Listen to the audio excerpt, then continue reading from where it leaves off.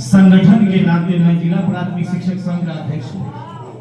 जिला प्राथमिक शिक्षक संघ की ओर से मैं इस विद्यालय के नए प्रधानाध्यापक और पूर्व के प्रधानाध्यापक दोनों को मैं आपका नमन और वंदन करता हूँ। इस महानवा की पावन धरती जो काफी उपजाऊ है, यहाँ आने के वीर लोग यहाँ हुए। जब से विद्यालय में प्रधानाध्यापक पूरे बिहार में 70,000 प्राथमिक विद्यालय में हम लोग संगठन की तरफ काम करते थे कि जिस जिला में जिला पदाधिकारी नहीं हो, जिस पंचायत का मुखिया नहीं हो, जिस प्रखंड का प्रखंड विकास पदाधिकारी नहीं हो, वह विद्यालय प्रखंड का क्या हाल हो सकता है। तो बिना प्रधानाध्यापक के विद्यालय का संचालन सुचारू नहीं हो सकता। और विद्यालय एक ऐसा परिवार है जिसमें 40 शिक्षक यहाँ उपस्थित अनेकों जगह से आए हुए, सारे जगहों से मिलकर एक बहुत खूबसूरत परिवार बना है। इस खूबसूरत परिवार को सींचने का और दिशा देने का काम एक प्रधानाध्यापक होता है।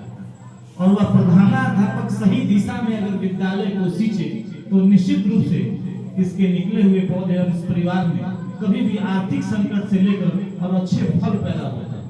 इसलिए मैं आपसे आग्रह और विनती करता हूँ, हम संगठन के सिपाही हैं, संगठन के नाते कहीं ना कहीं आपसे हमको मुलाकात होगी। हमारी आवश्यकता आपको पड़े या नहीं पड़े, आपको काम अपने मन से हो जाए या पदाधिकारी के सहयोग से हो जाए, लेकिन एक बात मैं आपको इस शिक्षा के मंदिर में पूरे तन मन धन से कह रहा हूँ, पूरे मनोयोग से, आपको कहीं ना कहीं किसी न किसी मोड़ में बिना संगठन के आपका एक कदम चलना मुश्किल हो सकता है।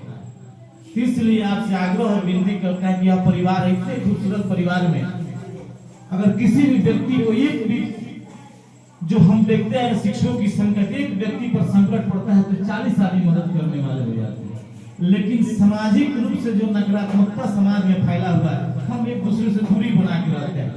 हम विद्यालय में पढ़ाने के लिए आते हैं, मुख्य काम हमारा ब्लैक बोर्ड चौक से पढ़ाना है, लेकिन हम विद्यालय में एक दूसरे से द्वेष की भावना रखते हैं, आपस में राजनीति करते हैं। तो विद्यालय राजनीति का आंकड़ा नहीं होना चाहिए।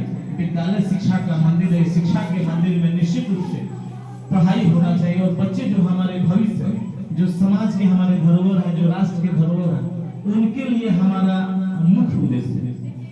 कल मैं आपको बता दूं कि जिला पदाधिकारी महोदय के पास मैं गया था, जिला शिक्षा पदाधिकारी से मिला। निजी विद्यालय आने वाले समय में बंद होने वाले हैं, निजी विद्यालय में डंडा का मार चलने वाले हैं। उच्च शिक्षा में जितने सारे शिक्षक हैं, लोगों को दिमाग में बैठा हुआ है कि उच्च शिक्षा में जो उच्च शिक्षक जो हमारे +2 में आए हुए हैं, जहां कम संख्या में छात्र संख्या आते हैं, 10, 15, 20 बच्चे आते हैं और 15 टीचर, 15-20। हमको जैसे 1 to 8 के टीचर डोर टू डोर नामांकन के लिए जाते हैं, आपको वो डोर टू डोर जाना होगा कि बच्चों को हमारे विद्यालय में आइए। दुर्भाग्य कहिए, सौभाग्य कहिए कि हमारे विद्यालय में एनसीईआरटी का रूप चलता है। कोई भी निजी विद्यालय में एनसीईआरटी का रूप नहीं संचालित होता है।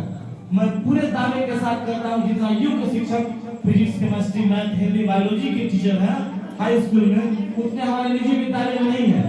फिर भी आकर्षण शक्ति, आकर्षण क्षमता सरकारी विद्यालयों की तरफ नहीं है। सरकार के एक बच्चे पर 10,000 रुपया खर्चा है। हिसाब जोड़िएगा, एक बच्चे पर 10,000। इस बिहार के किसी भी कोने में चले जाइए, किसी भी चमचमाते निजी विद्यालय में एक बच्चे पर 10,000 रुपया खर्चा है। तो हम समाज के अंतिम मैदान के बच्चों को पढ़ाने के लिए आए हैं। 10 बच्चे इंटर में होते हैं, 20 बच्चे होते हैं, 50 बच्चे होते हैं, लेकिन 15 शिक्षक हैं। हमारा दायित्व और कर्तव्य बनता है उस समाज के अंतिम मैदान के बच्चों तक जाए। मैंने कहा कहीं इंटरव्यू चल रहा था मॉडल स्कूल का, ठकहा के लोग बेटियां आना चाहता है, ठकहा के लोग बेटियां आना चाहता है, सब कुछ सुविधा से जा रहा है। तो सब सुविधा से जा रहा है तो समझिए पढ़ाई के मामले में सरकार एकदम चुस्त तंदुरुस्त है। हर हाल में आपको पढ़ाना होगा। और +2 विद्यालय में नियोजित शिक्षक में जो बच्चे नहीं आ रहे हैं, वो आपका दायित्व और कर्तव्य बनता है उन बच्चों को बुलाना, ताकि आप बैठ के शिक्षक एक मैसेज आ रहा है, जो शिक्षक हमारे विद्यालय में काम करते हैं उनके प्रति नेगेटिविटी फैलाया जाता है कि काम नहीं करते हैं टीचर, काम नहीं करते हैं टीचर। लेकिन हम लोग पूरे दावा के साथ कहते हैं, जो समाज के अंतिम मैदान को जो निखारने का बच्चे काम करते हैं, जो हमारे शिक्षक, वह शायद निजी विद्यालय के शिक्षक नहीं करते हैं। हम संस्कार पैदा करते हैं, वह संस्कार तोड़ने का काम करते हैं, खुले मन से हम लोग करते हैं। उनके विद्यालय में good morning, good afternoon, good evening बुलाया जाता है, हमारे विद्यालय में पैर छू के प्रणाम करना सिखाया जाता है, भारत की संस्कृति और सभ्यता सिखाया जाता है। इसलिए आने वाले समय में हर हाल में निजी विद्यालय बंद होगा, आपके ऊपर कंधों की जिम्मेदारी है, बहुत जल्द शिकंजा कसने वाले हैं। डीएम साहब की भी चिंता आप देख लीजिए रोज पेपर के माध्यम से, डीओ साहब का चिंता देखिए। और वो जितना स्कूल में आ रहा है समस्या, प्लस 2 में 9 से 12 तक अधिकांश बच्चे जो बाहर पढ़ते हैं विद्यालय नहीं आते हैं, उन सारे को विद्यालय में लाने का प्रयास किया जा रहा है। इसलिए मैं आग्रह और विनती करता हूँ, संक्रमण का समय है, हर जगह संक्रमण का दौर चल रहा है, लेकिन आप इस विद्यालय को खूबसूरत परिवार बनाने का प्रयास करिए। एक अच्छे प्रधानाध्यापिका, एक अच्छे परिवार को संजो के चलने का काम करिए। इन्हीं शुभकामनाओं के साथ और आपको मैं आशा और विश्वास दिलाता हूँ, आपके हर कदम पर हमारा साथ रहेगा। आप किसी भी परिस्थिति में फंसिएगा, विकट परिस्थिति से विकट परिस्थिति में फंसिएगा, हम लोग उसका निदान जानते हैं।